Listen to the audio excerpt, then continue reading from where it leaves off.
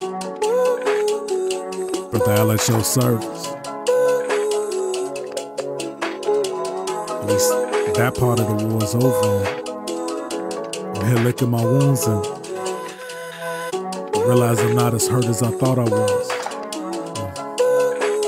There's something to say about it. Hey, Brother Al, at your service. And China at your service. Let's go. I got some help on the permanent side. Okay, yo, this is what don't laugh like that. I remember that's on the permanent side. Y'all, this is my wife. She is new to the channel, but ain't new to the channel, right? I took a hiatus for a minute, but I'm back permanently, as Brother Al just shared with you guys. Well, thank the Lord for permanent help. You know what I'm talking about? Amen. Amen.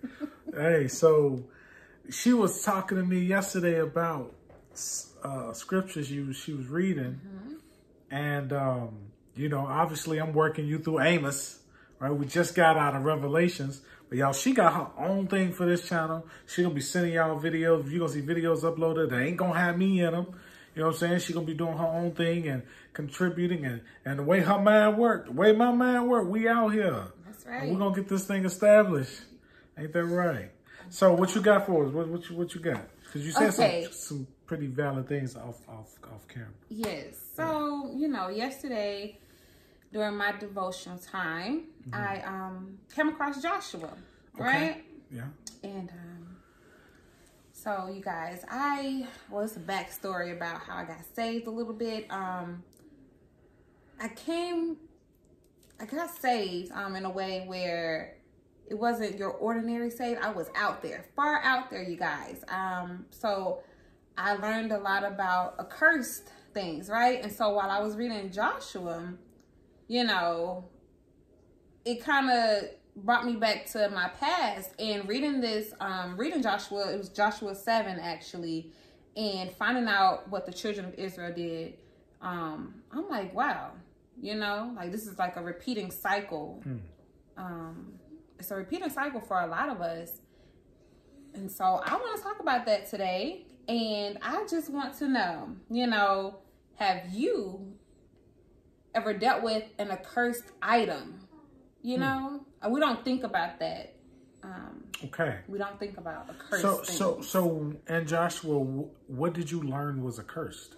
So in Joshua, you know, we had somebody stealing things, you know, taking things that did not belong to them and bringing them in their home, you know, so to speak. It was a tent, but, you know, bringing things in their home, and it's bringing destruction and turmoil to their people. You know, you have no business with this item, and now it's pretty much over for you. So when you say to their people, they not your people? Yes, they are our people. What are you saying? Are they their people? That Israel is you. Okay, yes. So we're going to speak about this book. That's right. Like my cousin them. My cousin them. You know what I'm talking Stole about? some things. You know, like you got a cousin that's out here stealing, or, you know, an uncle or aunt, maybe a sister, brother. They just take things that does not belong to them, and then it just brings nothing but trouble to the house. Right, right. So did God tell them to destroy everything? To destroy everything. Is that the part in Joshua where God tells them to destroy everything? Well, the person that stole was destroyed. That's the part that I was studying. So yeah. Okay. So if you think about it, so let me make sure I understand you correctly. Okay. You're saying that if God told them to just maybe don't take nothing, destroy those things that were from other places or other gods or so-called things, right? Right. And so instead, one of them brought the accursed things back into the tent, back into the camp. Right. And it caused issues. Yes. And they were trying to figure out where the issues came from. And when the issues came from, one of the brothers confessed, said, I did it. Yep. Right? And they sent forth to go get those items. He told them what he had, where. They brought those items back. You know, that was the proof, the evidence, and it was over. So current day, what does that look like current day?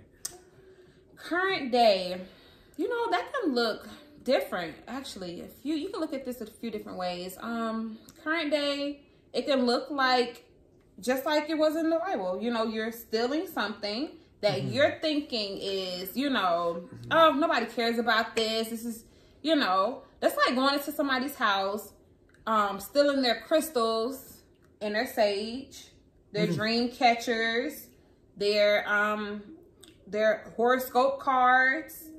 That's like going in someone's house or even being gifted those items. Okay.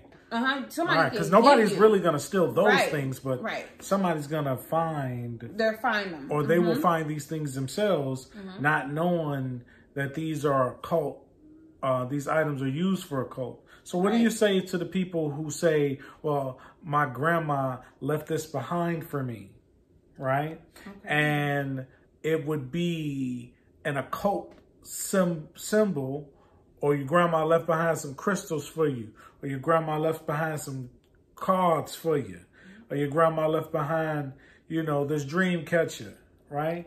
Grandma left behind her little pyramid shrine. She was really into pyramids and you didn't know, right? What do you say to that individual that say, well, my intent is not accursed, so these things are not accursed? Oh, no, that does not matter. It doesn't matter about the intent of it. It is what it is. It's an accursed item. It's an occultic item. Get rid of it. And I know it's not bringing you peace. No matter what you think in your mind, it's not bringing you peace. Like, if you really pinpoint what is going wrong, what area is not right in your life right now, and I'm sure it will trace back to whatever item you are holding on to. Whether it's from me, mom, grandma, auntie, it doesn't matter who gave that to you. Get rid of it. So what about the people who got the masks on their walls? The masks? Do you consider those masks, those little African masks, the little Hamite mask, those items, do you consider those, are those falling in the accursed realm too, or the occult realm? Listen, for me, in my house, we don't need to have masks. I'm very leery of things like that, of having faces and bodies plastered, and statues. I don't really care for those things, and you know what? I will study more to show you guys, because I'm not sure if that is in the word or not, about, mask. No, we were dealing, I was just bringing it out because some people have, I've seen some things about, the rituals with masks, and even in South America, they do certain things. And the mask is the first thing moving on the wall. Right. Yeah. You know what I'm saying? I personally wouldn't. I would get rid of masks. If you have those items in your home and you didn't make them yourself, and the Lord didn't tell you to make those masks, I would get rid of those masks. Okay. I wouldn't receive those as a gift or anything like that. I would give, return to sender. I would. Okay. Yeah. Brings me to a thought though, that like, if you are ignorant to some things and you are doing them ignorantly, will God destroy you for your ignorance? Right? Or will he show mercy upon you for your ignorance? Right? What do you think? I think it's a case-by-case scenario there. Can I speak for myself? I mean, I don't know who else you're going to speak for. All right, now. So, I can speak for myself. Having items, right, that I mean, I purchased myself or gifted or like was gift, I mean, it's according to how one sees it. Right? What would you do, brother? And I can. Some people get gifts and they don't care about the significance of it. Okay. They only care about who it came from. Right. Right? So, but most people do things in ignorance And I believe when God wakes you up to the consciousness of something, it's up to you to do better at that time. I agree. Right? Okay. And let all sentimental value go in the name of knowledge, wisdom, and understanding. Okay. All right. So, yeah, I can agree with you. I spent a lot of money on a few items, went to the, the shop. What do they call them? What's it? It starts with the A.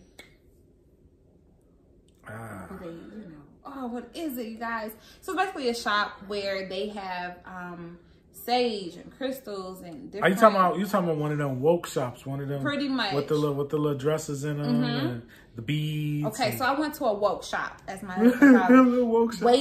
Waist beads. Oh, that's another video right there. But yeah, waist beads.